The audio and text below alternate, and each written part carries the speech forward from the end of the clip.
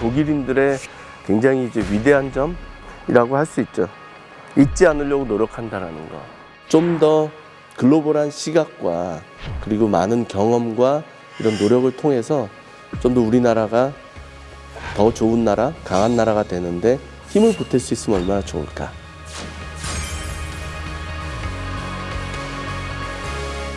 (12년) 암흑과도 같았던 나치 체제의 몰락과 함께 찾아온 2차 세계대전의 종전.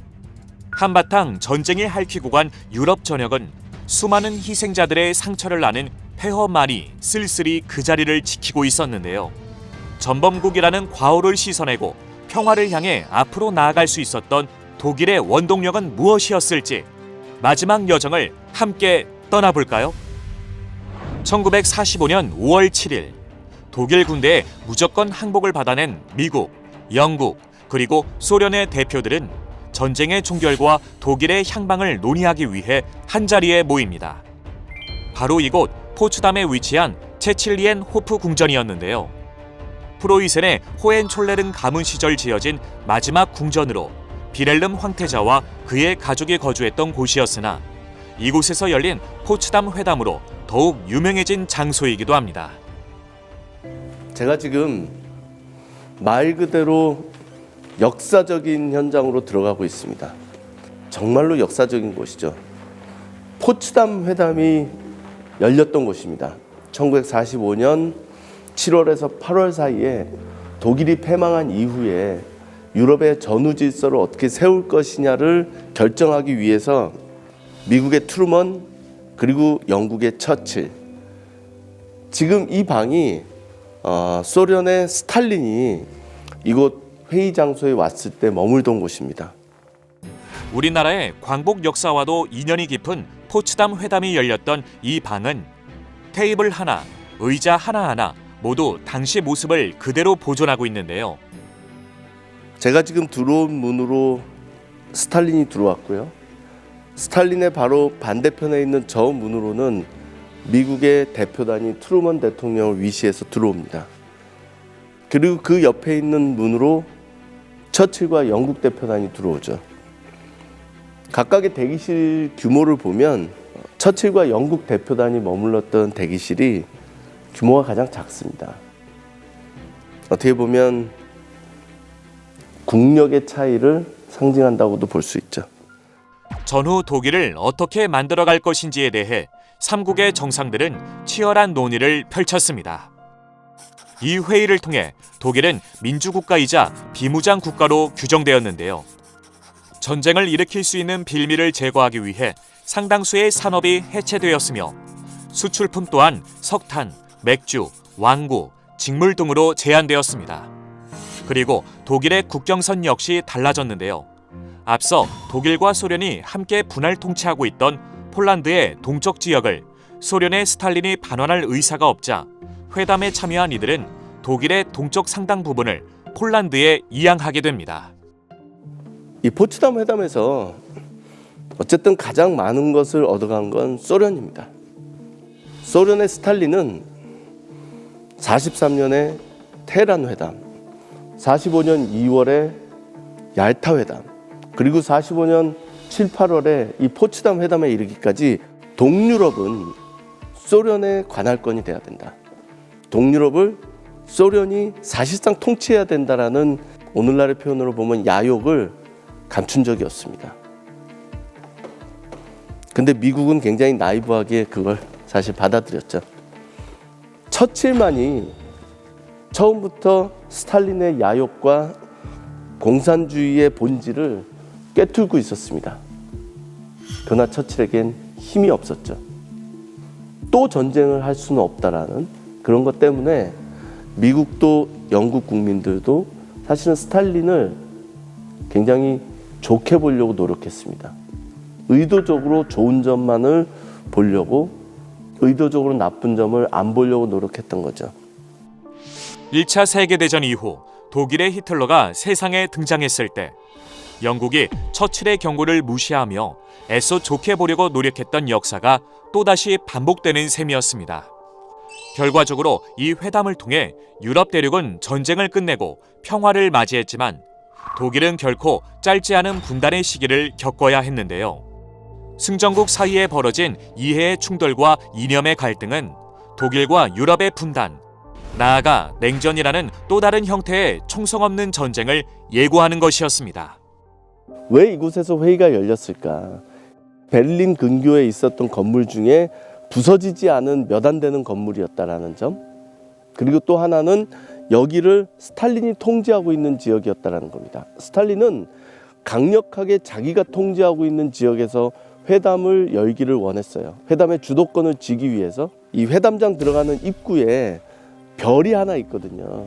그 별도 사실은 스탈린 그리고 소련의 공산주의의 별입니다. 스탈린이 회담을 하러 오는 사람들한테 이제 그 소련의 위상 그리고 본인의 권력 그리고 앞으로 우리가 회의를 어떻게 이끌어갈 거다라는 의지를 밝히기 위해서 이제 소련의 별을 거기다가 딱 갖다 놓은 거죠. 대부분의 독재자가 그러했듯이 소련의 통치 지역에 속했던 포츠담에도 공산주의의 흔적이 곳곳에 남겨지게 되는데요.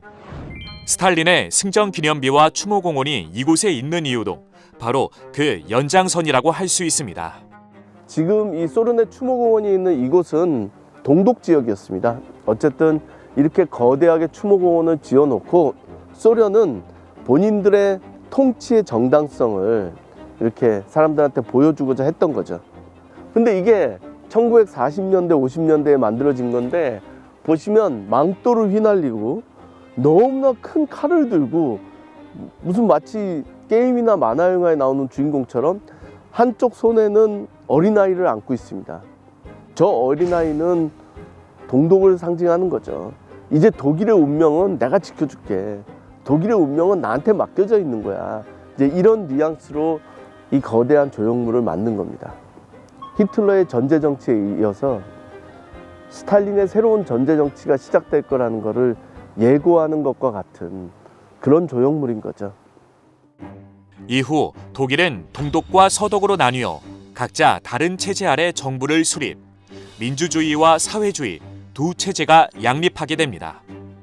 그러나 시간이 흐를수록 양쪽 지역의 생활 격차가 커지면서 동독의 사회주의의 염증을 느낀 동독 주민들의 탈출이 이어지자 이들의 이탈을 막기 위해 동독 정부는 너비가 70m에 달하는 거대한 장벽을 세우는데요.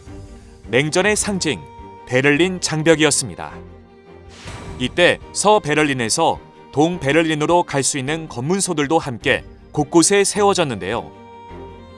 그중 하나인 체크포인트 찰리는 베를린 장벽이 무너진 후 그려진 벽화들이 모인 갤러리로 재탄생한 이스트사이드 갤러리와 함께 냉전 체제와 분단을 상징하는 명소가 되었습니다.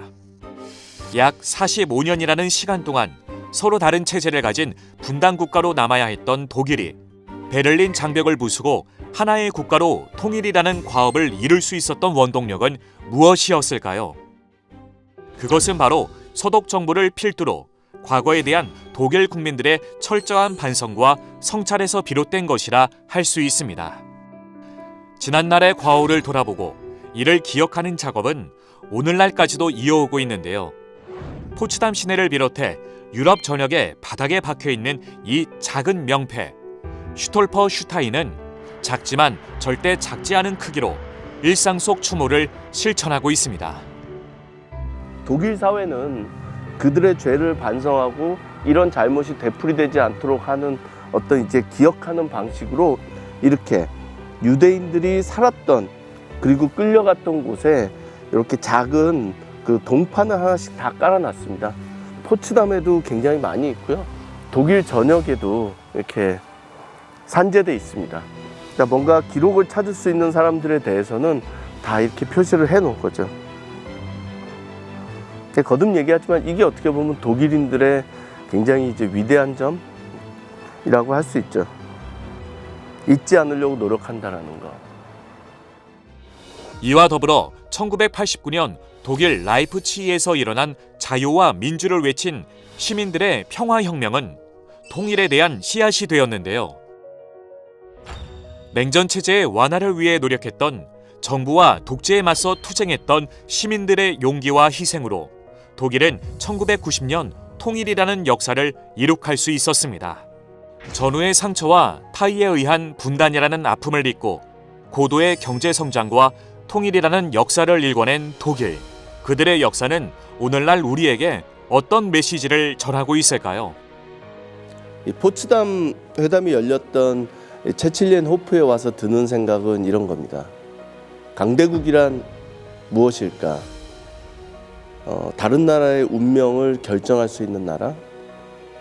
약소국이란 무엇일까? 자신의 운명을 남의 손에 맡길 수밖에 없는 나라. 사실은 저는 좀 줄기차게 대한민국이 좀 더 강한 나라, 좀 더 의미 있는 나라가 돼야 된다라고 주장하는 사람입니다. 최소한 우리의 운명을 우리가 결정할 수 있을 정도의 힘은 가져야 되는 거 아니냐. 특히 이 포츠담 회담 장소에 와보니 그런 생각이 더 듭니다. 스탈린 체제하에 들어가서 수십 년 동안 고생하게 되는 그 수많은 동유럽의 국가들이 결국은 약한 나라였기 때문에 자신의 운명을 스스로 결정하지 못하고 남의 손에 맡길 수밖에 없지 않았을까. 좀 더 글로벌한 시각과 그리고 많은 경험과 이런 노력을 통해서 좀 더 우리나라가 더 좋은 나라, 강한 나라가 되는데 힘을 보탤 수 있으면 얼마나 좋을까. 그런 생각을 해봅니다. 2024 신세계 지식향연을 통해 만나본 독일의 역사.